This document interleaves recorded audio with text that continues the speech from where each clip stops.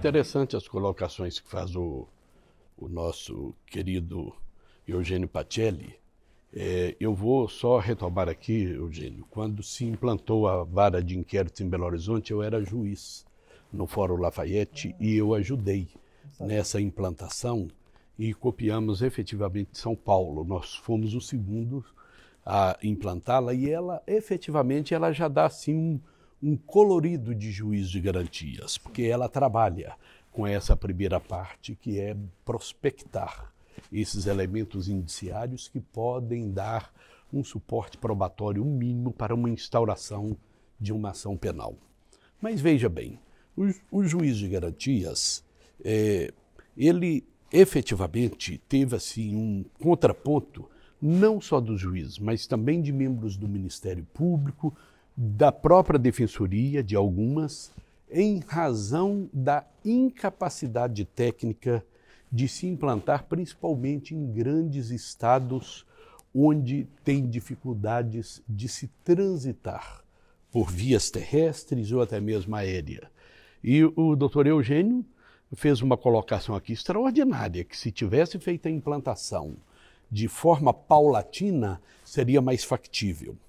Em Minas Gerais, eu não tinha, quando presidente do tribunal e essa lei foi sancionada, condições ainda de implementar com muita efetividade, mas aderi porque eu acho importante, como já disse, para aprimorar a justiça criminal, para o processo penal.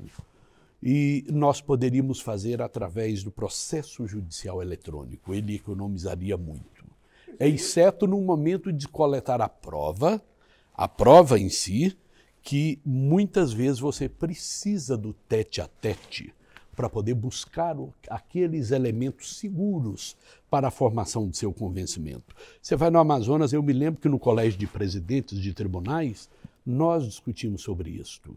E o que mais sensibilizou a maioria do grupo foi a situação de Amazonas, que o presidente do tribunal disse: como que eu vou fazer isso em Amazonas, na selva? Eu não tenho como parar no Pará e em outros estados. Então, realmente havia uma certa dificuldade aí de se implantar.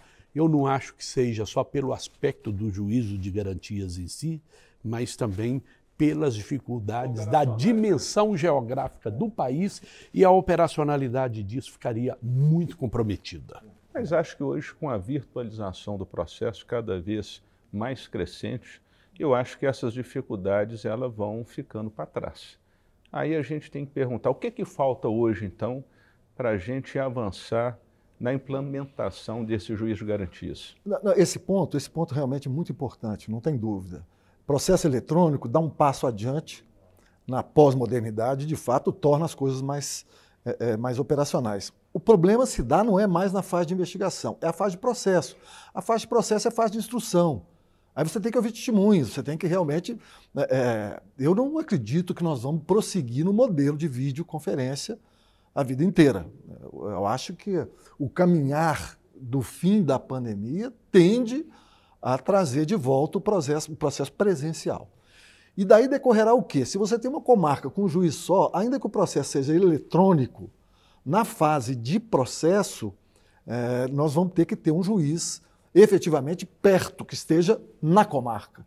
Então, se você faz um juiz de outra comarca na fase de investigação, por qualquer questão, quando da fase de processo, que é a fase presencial, esse juiz da comarca estaria impedido por força de não ser ele, não ter sido ele o juiz da investigação.